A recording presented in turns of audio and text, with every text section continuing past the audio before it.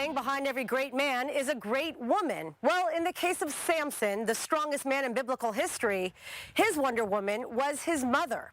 Here's my report from Dikla Laor, a photographer who reimagines female biblical heroes from her lens.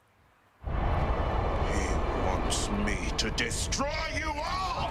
He's the biblical superhero who continues to capture our imaginations more than 3,000 years after he lived.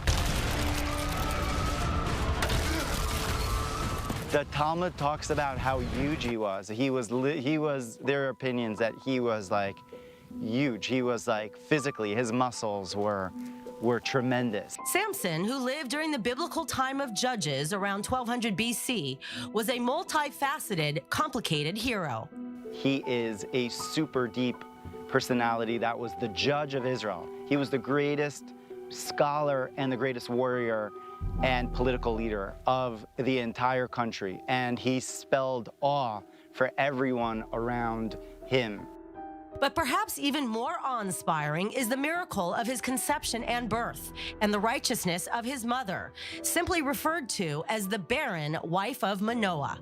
The mother of Samson is considered to be one of the 7 righteous women who were infertile. But unlike the names we know, like Sarah, Rebecca, Leah, and Rachel, she wasn't even given a name in the Torah.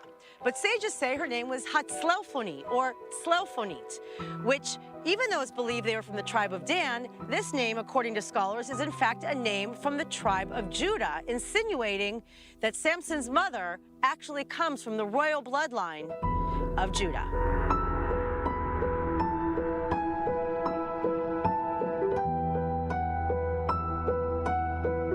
Photographer Dikla Laor reimagines female biblical figures by bringing them to life with a modern-day twist. Today, she's putting her own touch on the story from the book of Judges, in which an angel appears to Zlelphonit twice. The angel of the Lord appeared to her and said, "You are barren and childless, but you are going to become pregnant and give birth to a son." And the angel of God came again unto the woman as she sat in the field. But Manoah, her husband, was not with her.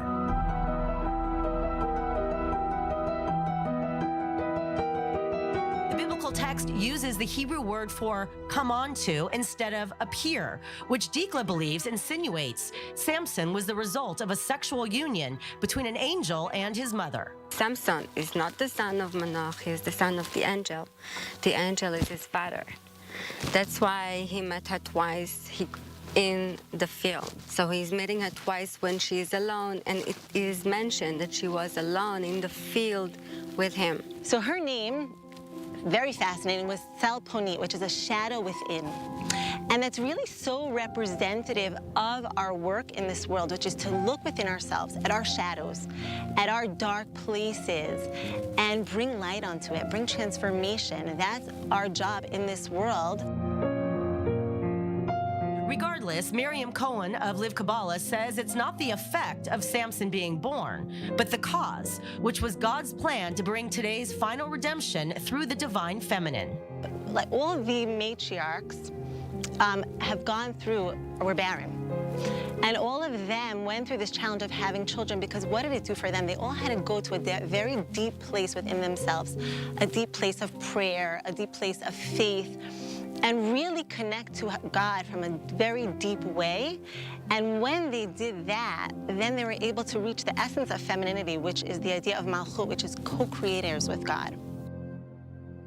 You will become pregnant and have a son, whose head is never to be touched by a razor, because the boy is to be a Nazarite, dedicated to God from the womb until the day of his death.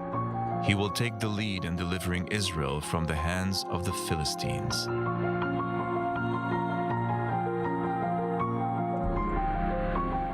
So a Nazarite is found in the Torah as an individual that wants to take a special oath of separation from this world. And it's almost, they want to reach a certain peak level of holiness. But then there's someone who's called Nazir Olam. He's called an Eternal Nazarite. And that is the level of Shimshon. Similarly to Hannah giving her child Shmuel to Hashem in the same way. So Shmuel, the great prophet, was also a Nazarite of eternity. Rabbi Amichai Cohen explains that God even grandfathered Samson into being able to marry Delilah, a Philistine, who was the enemy nation of the Israelites and located in modern-day Gaza. Shimshon understood that his role was to really dig deep and to uplift the negativity which is going on in Gaza. And he felt that going into the Philistine area and taking a Philistine wife, Delilah, was going to transform that negativity. However, even the biblical Superman, who also wrestled a lion, had a fatal flaw when it came to women, even being conned by his own wife, Delilah. His lust became a trap that led to his downfall and capture. That's always the problem of the seductive woman, that she has the power to reach that kryptonite of the man, much like we know about Superman. That Superman had kryptonite, and actually Superman is based on Samson's story. What was the kryptonite of Samson? It was his hair. But she had the best over him, and eventually Samson revealed that his power comes from his hair, and she of course cut his hair, and he lost all of his power. Dikla's passion for biblical women has led to 50 pictures, a photo book, and a long-term goal of capturing 200 women to empower modern women to change the negative narratives surrounding our biblical matriarchs thousands of years ago. למעשה אני אפילו לא יכולה להסביר למה.